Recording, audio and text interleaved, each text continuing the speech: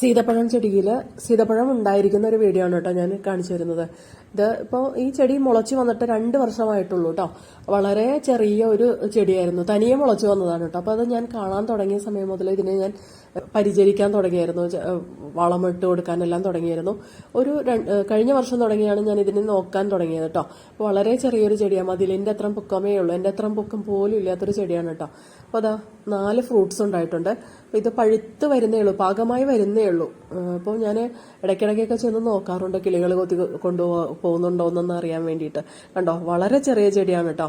അപ്പോൾ അത് ശരിക്കും പറഞ്ഞാൽ 2 വർഷം ആയിട്ടുള്ളൂ ഈ ചെടി മുളച്ച് വന്നിട്ട്. തനിയെ മുളച്ച് വന്ന ചെടിയായിരുന്നു കേട്ടോ. അത് നന്നായിട്ട് വളരുന്നത് കണ്ടപ്പോൾ ഞാൻ അതിനെ ഉണക്കച്ചാണകപ്പൊടിയെല്ലാം ഇട്ട് കൊടുത്തു. അപ്പോഴേക്കും എന്താ കായ്കളുണ്ടായി തുടങ്ങി കേട്ടോ. അപ്പോൾ നമ്മൾ കരുതില്ലേ, കടകളിൽ നിന്ന് വാങ്ങുക മാത്രമേ നമ്മൾ സാധാരണ ചെയ്യാറുള്ളൂ.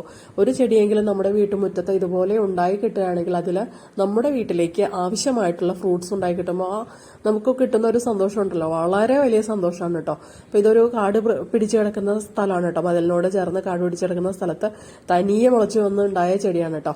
അല്ലെങ്കിലും തനിയെ മുളച്ചു വരുന്ന അവയ്ക്കെല്ലാം നല്ല പ്രതിരോധ ശക്തിയായിരിക്കും, നല്ല കായ്ഫലം ഉണ്ടാവും. അപ്പോൾ അങ്ങനെയൊക്കെ നമ്മൾ ചെടികൾ മുളച്ചു വരുന്നിരിക്കും നല്ല ആരോഗ്യത്തോടെയൊക്കെ വളരുന്നത് കാണുമ്പോൾ നമ്മൾ അത് നന്നായി അതിനെ പരിചരിക്കുകയാണെങ്കിൽ ഇതുപോലുള്ള ഫ്രൂട്ട്സ് ഒക്കെ നമുക്ക് വെറുതെ ഉണ്ടായി കിട്ടും കേട്ടോ. അപ്പോൾ കടകളിൽ പോയിട്ട് കാശ് കൊടുത്ത് നമ്മൾ വാങ്ങിയാൽ അതിന് ടേസ്റ്റ് ഒന്നും ഉണ്ടാവില്ല, മാത്രമല്ല അതിനകത്ത് നിറയെ പുഴുക്കളൊക്കെ ആയിരിക്കും. നമ്മുടെ വീട്ടിലുണ്ടായി കിട്ടുമ്പോൾ അതിന് വളരെ ടേസ്റ്റാണ്. പിന്നെ പാകമാകുന്നത് നോക്കി ഇരുന്ന് നമുക്കത് പറിച്ചെടുക്കാനും സാധിക്കും. ഇങ്ങനെ ഒരു ചെടി നട്ടു വളർത്താനായിട്ട് നിങ്ങളുടെ മുറ്റത്ത് സ്ഥലമില്ല എങ്കിൽ ടെറസിന് മുകളിൽ ഡ്രമ്മിലോ അല്ലെങ്കിൽ വലിയ ചെടിച്ചട്ടികളിലോ വേണമെങ്കിൽ നട്ടു വളർത്താവുന്നതാണ് കേട്ടോ.